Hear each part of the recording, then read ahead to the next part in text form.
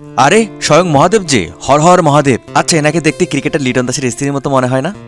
আমার সবচাইতে এই প্যান্ডেলের সাজানোটা খুব ভালো লেগেছে, আর সাথে সাথে এই কিউট প্রতিমাটাও।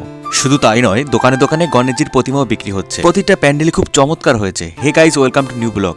সবাইকে গণেশ পুজোর অনেক শুভেচ্ছা অভিনন্দন। তো আজকে আমি চলে গেছি ঢাকার শাঁখারী বাজার পট্টিতে। আমি আসলে এখানে আগে কখনোই যাই নাই, তো আমার খুব ভালোই লাগতেছিল। প্রতিমাগুলো এত সুন্দর করে, এত বাস্তব করে তুলেছে। আর এই যে প্রতিমাটা দেখছো, এর একটা ইতিহাস রয়েছে, হিস্ট্রি রয়েছে, সেটা আমি তোমাদের একটু পরেই বলি। আসলে কোন প্রতিমা ছেড়ে কোন প্রতিমা দেখবো, আসলে আমি কনফিউজড হয়ে গেছি। চারপাশে এত এত প্রতিমা, দেখো কি কিউট একটা প্রতিমা, মানে এটা দেখে গুলুগুলু, মানে ইচ্ছে করে একটু মুখটা চটকে দিই। তো যাই হোক, আমার খুব ভালো লাগতেছিল। আর প্রথমবার যেহেতু আসছি, আমার সব কিছু নতুন লাগতেছিল। আমি যতই প্রতিমা দেখতেছি, যতই ক্রস করতেছি, ততই ভালো লাগতেছিল। আর এটা হচ্ছে কোনো একটা সংঘ বা তাদের ক্লাব, তারপর ডিপেন্ড করে, মানে প্রত্যেক ক্লাব থেকে এক একটা করে প্রতিমা তৈরি করছে, তারা প্রত্যেকেই পূজা দিচ্ছে। মানে আমার এত ভালো লাগতেছে। এটা হচ্ছে বিঘ্নরাজ, আর তারা কিন্তু অনেক সুন্দর করেছে, অনেক ক্রিয়েটিভ। যারা এই আয়োজন করেছে তাদের নমস্কার জানাই। এদিকে আসছি, আর তোমাদের মায়ের দর্শন করাবো না, সেটা কি হয়? মা তোমাদের সকলের মঙ্গল করুক, এটাই কামনা করি। তো দেখো, মায়ের সঙ্গে সঙ্গে আরেকজন ব্যক্তিও কিন্তু আমাকে নজর রেখেছে যে আমি কি করতেছি। ওই দেখো, বলো তো কে এসে, অবশ্যই কমেন্ট করে বলো। বাহ, সামনে যেতেই দেখি মহাদেব হাজির, প্রণামী বক্স নিয়া। তো যাই হোক, আমার খুব ভালো লেগেছে তার গেট আপটা। তিনি নৃত্য করতেছে আর মানুষের কাছ থেকে হচ্ছে প্রণামী নিচ্ছে। যাক, খুব ভালো লেগেছে, মানে খুব মজারও ছিল। তিনি আমার সঙ্গে সঙ্গে হাসতেছিল।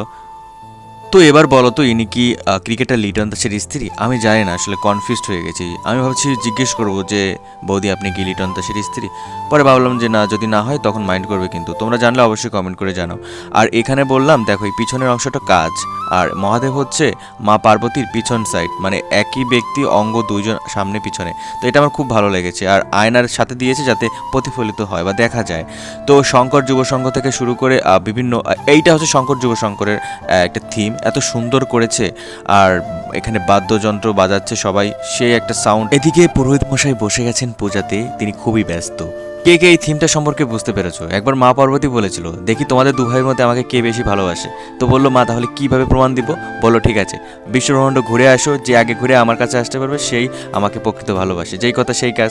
কিন্তু কার্তিক মশাই চলে গেছে অলরেডি ময়ূরের পিঠে উঠে বিশ্বব্রহ্মাণ্ড করতে, আর গণেশজি মার চারপাশটা ঘুরছে, বলতেছে মাই তো সব, মাই তো আমার পৃথিবী।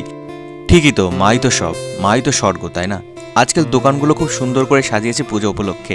চারদিকে আবির থেকে শুরু করে সকল কিছু পাওয়া যাচ্ছে এখানে। আমার অনেক ক্ষুধা লেগেছে, তাই সিঙ্গারা খাইতে বসলাম একটা নিরামিষ হোটেলে। পাশেই হচ্ছে মেলার আয়োজন করতেছিল। আর এদিকে অনেক মানুষ, মেলায় অনেক দোকানপাটও উঠেছে, এদিকে নৌকাও উঠেছে। ভাই, জীবনে আর নৌকায় উঠবো না, আমার শিক্ষা হয়ে গেছে। একবার অনেক ব্যথা পেয়েছিলাম, আমার প্রচণ্ড ভয় লাগে। তো এই ছিল ছোট্ট একটা মিনি ব্লগ। কেমন ছিল অবশ্যই কমেন্ট করে জানাও। কোথাও আমার ভিডিও দেখতেছো অবশ্যই।